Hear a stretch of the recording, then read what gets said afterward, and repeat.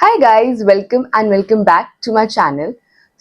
मैंने कुछ दिन पहले CFA व्लॉग डाला था एंड मैंने CFA अगस्त अटेम्प्ट दिया था।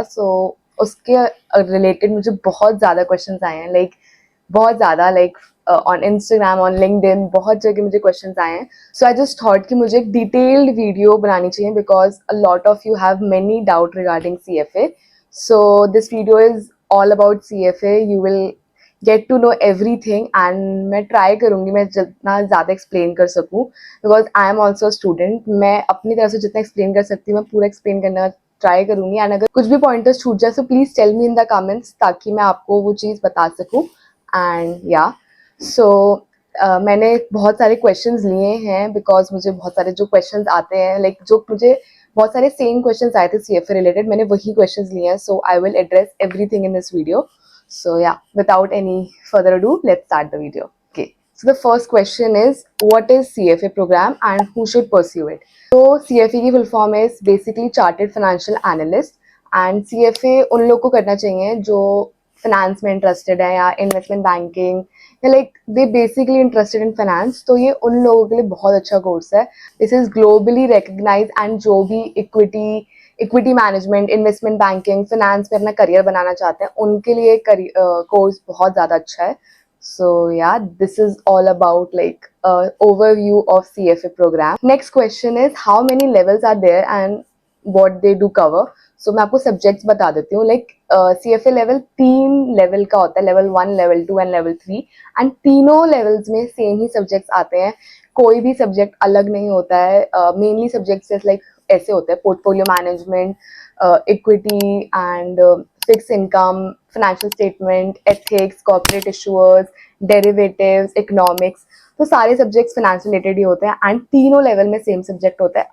तीनों लेवल में सेम सब्जेक्ट्स होते हैं, बस एक ये डिफ्रेंशिएट होता है कि लेवल 1 अगर थोड़ा इजी है तो लेवल 2 थोड़ा ज़्यादा डिफिकल्ट होगा एंड लेवल 3 उससे भी ज़्यादा. तो सब्जेक्ट्स बहुत ज़्यादा ब्रॉड हो जाते हैं लेवल 3 तक, बट लेवल 1 तक वो मिनिमम ही रखते हैं. सो ये डिफरेंस आता है, नहीं तो तीनों लेवल्स में सब्जेक्ट सेम ही होते हैं.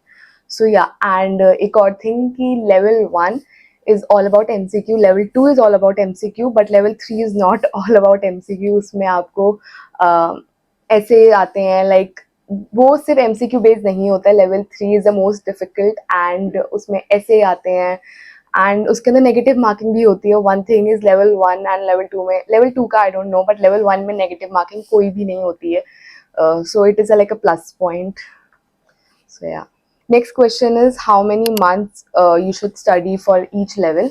So मैं अपना इस वीडियो में अपना एक्सपीरियंस भी बताऊंगी इन द एंड, बट पहले मैं सारे क्वेश्चंस लेना चाहती हूँ. सो बेसिकली CFA के अकॉर्डिंग तो आपको 300 आवर्स पढ़ना होता है, बट सबका अपना अपना डिपेंड होता है कि आपको कितना टाइम देना है. इफ़ यू बहुत सारे लोगों का उससे ज़्यादा टाइम लगता है, बहुत सारे लोगों का 1-2 महीने में भी हो जाता है. बहुत सारे लोग ऐसे होते हैं जिनके टॉपिक ऑलरेडी क्लियर होते हैं कि ये आता है. अब CFA बहुत सारे लोग वो देते हैं जिन्होंने FRM कर रखा है या फिर they are already into finance career. So उनके लिए थोड़ा टॉपिक्स ब्रशअप करना ईजी होता है. बट अगर जैसे मैं स्टूडेंट हूँ, सो मेरे को थोड़ा टाइम लगा था, बट मैंने भी लास्ट 2.5 मंथ्स में ही करा था बिकॉज मेरा कॉलेज जैसे ही ख़त्म हुआ था मैं स्टार्ट कर दिया था. मैं उससे पहले कोचिंग ले रही थी, बट कॉलेज के साथ इतना नहीं हो पाता, बहुत डिफिकल्ट हो रहा था. वैसे सैटरडे संडे पढ़ती थी. सो ये था एंड CFA के अकॉर्डिंग तो आपको 300 आवर्स पढ़ना है, बट वैसे तो it all depend upon you. सबको पता है कि अपना कितना कैपेबिलिटी है, सो आप अपने कैपेबिलिटीज़ के हिसाब से कीजिए तो बेटर रहेगा. एंड इसके अंदर मैं एक टिप दूंगी कि कंसिस्टेंसी बहुत ज़रूरी है. आप रेगुलरली टॉपिक ब्रशअप कीजिए. वन टॉपिक जो आपको रेगुलरली ब्रशअप करना चाहिए वो तो एथिक्स होगा. सब लोग कहते हैं कि एथिक्स को तो कभी लाइटली लेना ही नहीं चाहिए. Ethics is the most difficult topic मुझे ऐसा लगता है बिकॉज सब्जेक्ट पूरा थ्योरी सब्जेक्ट है एंड सारे पॉइंटर्स सारे ऑप्शन इतने सही लगते हैं. सो मेरे को लगता है कि एथिक्स पे तो थोड़ा आपको एथिक्स तो रोज ही करना चाहिए, मुझे ये फील होता है. नेक्स्ट क्वेश्चन इज जो मुझे बहुत ज्यादा आया था, what is the eligibility criteria for CFA? तो तीन क्राइटेरियाज होते हैं. पहला क्राइटेरिया होता है या तो आप फाइनल ईयर में हो या आपके पास बैचलर डिग्रीज है. सेकेंड क्राइटेरिया ये होता है कि आप अपने थर्ड ईयर में या सेकेंड ईयर में कर सकते हो, आप अपने फर्स्ट ईयर में कभी भी नहीं कर सकते हो. CFA का एग्जाम तब देना होता है जब अपनी बैचलर डिग्रीज के 23 मंथ्स कुछ मंथ्स होते हैं वो जो फर्स्ट ईयर में नहीं काउंट होता. तो वो मंथ कंप्लीट होने के बाद ही आप CFA के लिए अपीयर कर सकते हो, जब भी आपको एग्जाम देना है। क्राइटेरिया है कि आप अपने बैचलर डिग्रीज के इतने मंथ कंप्लीट होने के बाद ही CFA के लिए बैठ सकते हो। सो या नहीं तो आप अगर फाइनल ईयर में हो तो आप पक्का कर सकते हो, और अगर आपके पास बैचलर डिग्री है तब भी आप कर सकते हो, और अगर आप वर्किंग हो तो आपके पास मेरे ख्याल से 3 साल का एक्सपीरियंस होना ज़रूरी है। सो या this is the eligibility criteria. जो भी फर्स्ट ईयर में है अभी अपने ग्रेजुएशन के या 12th के बाद ही करना चाहते हैं वो नहीं कर सकते अभी, उनको एक बैचलर डिग्री लेना तो बहुत कंपलसरी है। So this is the eligibility criteria for CFA। And बहुत सारे क्वेश्चन मुझे ये आए थे कि अगर कॉलेज ओपन है तो I think so open college के लिए भी होगा, बिकॉज आपको डिग्री तो मिल ही रही है और इसमें डिग्री काउंट होती है। सो आई थिंक सो अगर आप ओपन से कर रहे हो तब भी आप एलिजिबल हो CFA के लिए। Next question is which study material you should use. So CFA institute ने अपने ऑफिशियल साइट पे स्टडी मटेरियल ऑलरेडी दे रखा है, बट वो बहुत वास्ट है एंड वो थोड़ा डिफिकल्ट भी है समझने के लिए। तो the best study material you can use, I have that, wait. So the best study material you can use is Schwezer. मेरे पास 2024 के हैं ये, बट मैंने दिया 2025 का है। 2024 सब में सेम ही होता है। सो टोटल 5 बुक्स होती हैं, 5 बुक्स से लाइक कि सेट आता है, सो आप सेट खरीद सकते हो। एंड इसके अंदर 5 बुक होती हैं, 2 प्रैक्टिस पैक होते हैं। सो या बेस्ट स्टडी मटेरियल तो मेरे ख्याल से श्वेजर ही होगा। बेस्ट स्टडी मटेरियल श्वेजर है। नहीं तो आप like if you are going to any coaching तो आपको वहाँ पे भी नोट्स मिलते हैं तो वो भी बहुत अच्छे होंगे। नहीं तो मैंने फिंट्री के नोट्स बहुत देखे हैं, वो बहुत अच्छे हैं। नहीं तो I think this is more than enough. अब अगर आप श्वेजर ढंग से कर रहे हो, I think this is more than enough. And Schweser में बहुत सारे टॉपिक हैं जो पेपर से रिलेटेड नहीं है, so I think Schweser is more than enough. Please don't forget to do CFA institute questions जो CFA के इंस्टीट्यूट पे डले हुए हैं, और practice pack I know it is paid, but बहुत सारी थर्ड पार्टीज़ हैं जो लाइक टेलीग्राम ग्रुप पे एंड उन सब पे फ्री में मिल जाता है, so you can use that.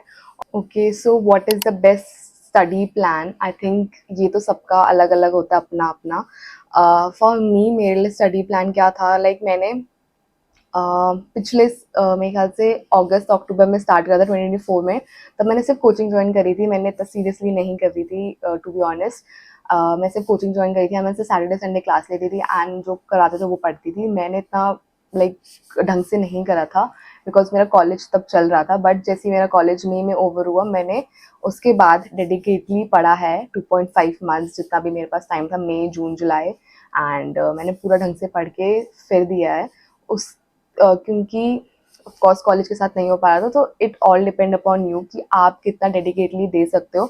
बहुत सारे लोग मैंने देखा है लाइक 1 मंथ में पूरा कर लेते हैं, like there are so many videos कि 1 मंथ में पूरा हो जाता है, आई डोंट नो कैसे, but so it all depend upon you. And study plan मेरे तरफ से मैं 2 टिप दूंगी कि जो इंपॉर्टेंट टॉपिक्स है लाइक फिक्स्ड इनकम, FSA, उनको थोड़ा और ध्यान देना चाहिए। एंड एथिक्स तो प्लीज़ लाइक रोज कर लो एथिक्स, बिकॉज एथिक्स इतना कंफ्यूजिंग टॉपिक है, इतना ज़्यादा कंफ्यूजिंग। तो एथिक्स मैंने रोज़ प्रैक्टिस करी है, लाइक 10 क्वेश्चन मेरा था कि एथिक्स में बस रोज़ 10 क्वेश्चन करूँगी, उससे ज़्यादा नहीं करूँगी, बिकॉज एथिक्स में टॉपिक आपको पता है बट क्वेश्चन सॉल्व नहीं होते हैं।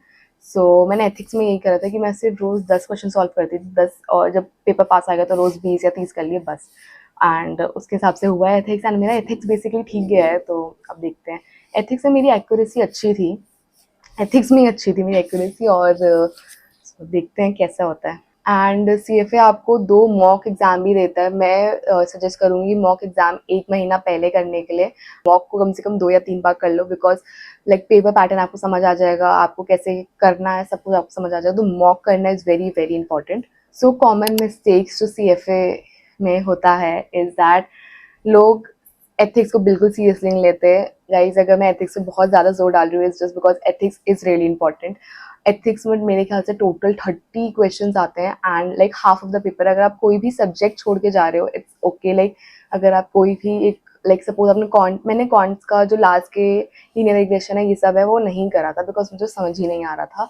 बट अगर आप एथिक्स छोड़ के जा रहे हो ना, आप पेपर पास नहीं कर पाओगे। सो आप अगर कोई सब्जेक्ट छोड़ के जा रहे हो इट्स ओके, बट आप एथिक्स, लाइक ये तो CFA भी बोलते हैं कि आपको एथिक्स छोड़ के नहीं आना चाहिए। आप चाहे कुछ भी छोड़ के आ जाओ बट एथिक्स कभी छोड़ के नहीं आना चाहिए। तो एथिक्स को लोग बहुत सीरियसली नहीं लेते हैं, so this is the first mistake second mistake is mock exam practice करना. मॉक एग्ज़ाम प्रैक्टिस करना is very very important.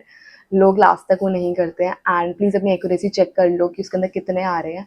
And या धीरे धीरे करके एक्यूरेसी बढ़ जाती है. मेरी भी स्टार्टिंग में अच्छी नहीं आ रही थी, बट धीरे धीरे जब मैंने 1-2 बार करा तो मेरी ठीक आ गई थी. लोग कहते हैं कि 70% से ऊपर आएंगे तो you can clear the real exam, but I don't no, because real exam and mock is really really different. मेरे लिए तो मॉक एंड रियल एग्ज़ाम बहुत डिफरेंट था. सो आई डोंट नो कि क्या हो. सो मैं यहाँ पे कुछ so the next question is coaching. मुझे ये भी क्वेश्चन आया था, which is the best coaching for CFA level 1. So guys मैं एक चीज़ बोलना चाहूँगी कि मैंने CFA लेवल 1 की लाइक कोचिंग करी थी एडजेप से. एडजेप आपने देखा होगा उसके ऐड, CFA लाइक विकास सर से. सो आपने देखा होगा उसके ऐड. सो मुझे वो अच्छी लगी कोचिंग, लाइक बेसिकली मुझे वो कोचिंग बेसिकली बहुत अच्छी लगी थी. एंड अगर आपको बहुत सारे लोगों को ऑनलाइन करनी है, ऑनलाइन के लिए भी there are many coaching like FinTree हो गया, क्विंटेज, ये सब बहुत अच्छी कोचिंग है.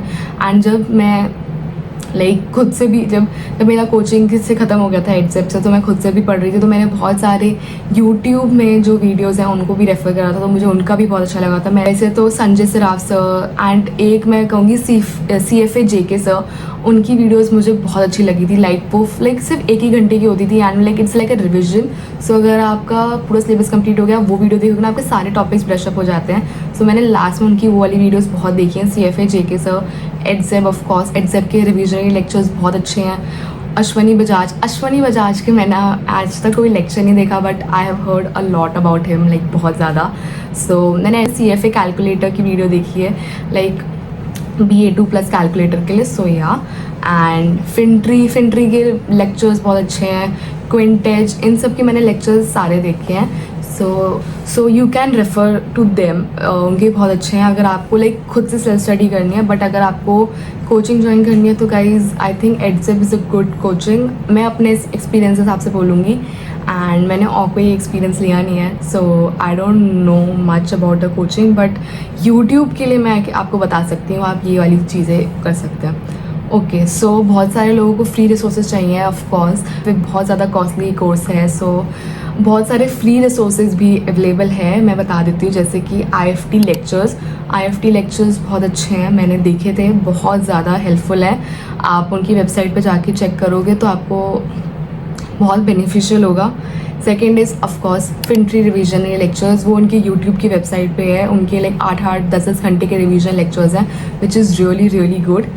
सेकेंड इज़ आप अश्वनी बजाज के लेक्चर्स चेक कर सकते हो. Guys if you are going to pursue CFA, आपको एक ये चीज़ है BA2+ कैलकुलेटर, ये चलाना आना चाहिए. Like this is very important. तो अश्वनी बजाज सर का एक घंटे का लेक्चर है on this calculator, how to use this calculator.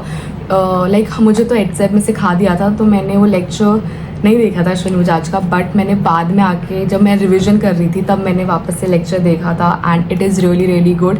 Like BA2+ calculator चलाना इज़ वेरी डिफ़िकल्ट नहीं है, बट आपको लाइक एक बार हाथ बैठना चाहिए. सो आप अश्वनी बजाज का एक घंटे का लेक्चर है on this calculator, you can try to see that lecture. अगर आपने वो लेक्चर देख लिया, सो आपका बहुत अच्छे से आप ये चला पाओगे. सो या अश्वनी बजाज का. सो उसके बाद अश्वनी बजाज के बाद आपको CFA के CFA की मेन वेबसाइट पे जो प्रैक्टिस क्वेश्चंस मिलते हैं वो भी करने हैं. लाइक आप प्रैक्टिस क्वेश्चन को स्किप नहीं कर सकते हो. Practice question is very very very very important. आप सबको स्किप कर दो, practice question you can't skip. So yeah next question is CFA और MBA which is better. Like this is the most asked question, and मैंने इसके regarding बहुत videos देखी हैं कि CFA ज़्यादा अच्छा है, MBA ज़्यादा अच्छा है. So seriously I don't no, मुझे नहीं पता कि CFA ज़्यादा अच्छा है. खुद अभी MBA के लिए प्रिपेयर कर रही हूँ. सो आई डोंट नो, मुझे ऐसा लगता है CFA is a good course. आपको रिकग्नाइजेशन मिलती है, सब कुछ मिलता है ग्लोबली भी, कंपनीज़ में, एंड इंडिया में भी बहुत अच्छी वैल्यू है. बट MBA आपको एक प्रैक्टिकल नॉलेज देता है, जो CFA is only like books. So but MBA आपको एक प्रैक्टिकल नॉलेज देता है. So I think so, I don't know, I really don't know कि CFA या फिर MBA. बट फॉर मी मैं तो अभी MBA के लिए प्रिपेयर कर रही हूँ. सो नो आइडिया कि विच is better. I think it all depend upon you कि आपको क्या अपने लिए सही लग रहा है. मेरे को मेरे लिए अच्छा लगा था कि लाइक अगर मैं MBA भी कर लेती, MBA is of course a professional degree and मुझे एक एक्सपीरियंस भी मिलेगा. सो yeah that's why I am going for MBA also. Do companies really value CFA in India? Of course they value CFA in India, but एक मेरे को ये कौन लगता है कि अब सब लोग CFA कर रहे हैं. इफ़ पहले ऐसा था कि if anyone want to do MBA in finance, अब वो सारे CFA में आ गया because of course CFA is less costly than MBA. मैंने ये चीज़ नोटिस करी है कि ऑफ कोर्स MBA अगर आप 25 या 26 लाख वहाँ पे दे रहे हो MBA में, आपका 3 या 4 लाख में CFA हो जा रहा है एंड सेम वैल्यू है. तो मुझे ऐसा लगता है कि जिनको भी MBA इन फाइनेंस करना था वो सब अब CFA कर रहा है. सो बहुत सारे लोग कर रहे हैं. पहले बहुत कम लोग करते थे, उसकी वैल्यू ज़्यादा थी, बट स्टिल वैल्यू तो अभी भी है. बट CFA लेवल 1 के बाद तो मुझे नहीं लगता कोई है अभी वैल्यू. अगर आप लेवल 2 कर लोगे तब आपकी ज़्यादा वैल्यू है. लेवल 1 के बाद नहीं. लेवल 1 के बाद आपको लाइक जॉब वॉब तो नहीं बट इंटर्नशिप मिल जाएगी अच्छी. सो मैंने अपनी तरफ से सारे क्वेश्चंस एड्रेस कर दिए हैं. अगर अभी भी आपको कुछ डाउट है CFA related, so please comment down below and I will try to cover it. मैंने अपनी तरफ से सारे कर दिए. Guys this is just my experience because मैं भी एक स्टूडेंट हूँ. I am not any teacher और एनीथिंग कि मैं आपको लाइक गाइड कर सकूँ CFA रिलेटेड. बट मैं जितना भी, बिकॉज मेरे को बहुत सारे क्वेश्चंस आ रहे थे, सो आई जस्ट थॉट कि मुझे आपको बताना चाहिए. एंड अगर आपको अभी भी कुछ डाउट है so please comment down, I will try to solve it. अगर कुछ भी और डाउट है तो please tell me in the comments. And या अगर कुछ भी आपको लग रहा हो कि मैंने गलत बताया है या फिर कुछ भी, so please tell me. So yeah that's it for today's video. I hope you like it. Please like, comment, share, subscribe to my channel below. And yeah मिलते हैं नेक्स्ट वीडियो में. तब तक के लिए बाय बाय.